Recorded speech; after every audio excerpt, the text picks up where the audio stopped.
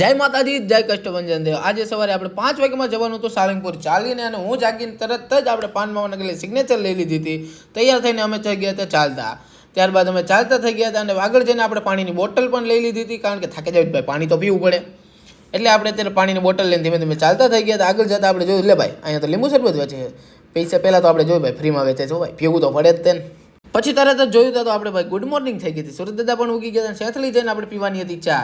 સેથળી પોગી ગયા હતા, ત્યાં ચા બનતી હતી અને તરત જ આપણે કીધું ભાઈ લાવો ચા। ચા પીને આપણે ભાઈ નીકળવાનું હતું ને સેથળી ગામ પાછી કેનાલ છે, ત્યાં તો ભાઈ ખાલી છે। ઓહો, કેનાલમાં કચરો પણ બહુ છે હો ભાઈ।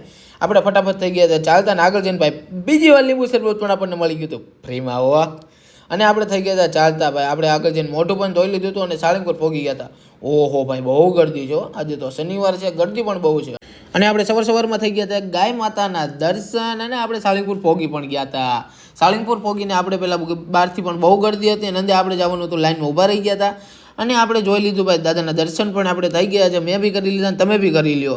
તો આપણે ત્યારબાદ જવાનું હતું બહાર, અને હું ધીમે ધીમે ચાલતો થઈ ગયો તો અહીંયા છે વડતાલ ધાર્મિક સ્ટોર, જ્યાં દાદાના ફોટાને એવું મળે છે। થાકીને બેઠો તો અને પછી ધીમે ધીમે ચાલતો થયો તો ઘર બાજુ જતા જતા મેં દાદાના દર્શન પણ કરી લીધા। બહાર જઈને આપણે લીંબુ સોડા પી લીધી હતી અને હું બેસી ગયો તો ભાઈ બસમાં।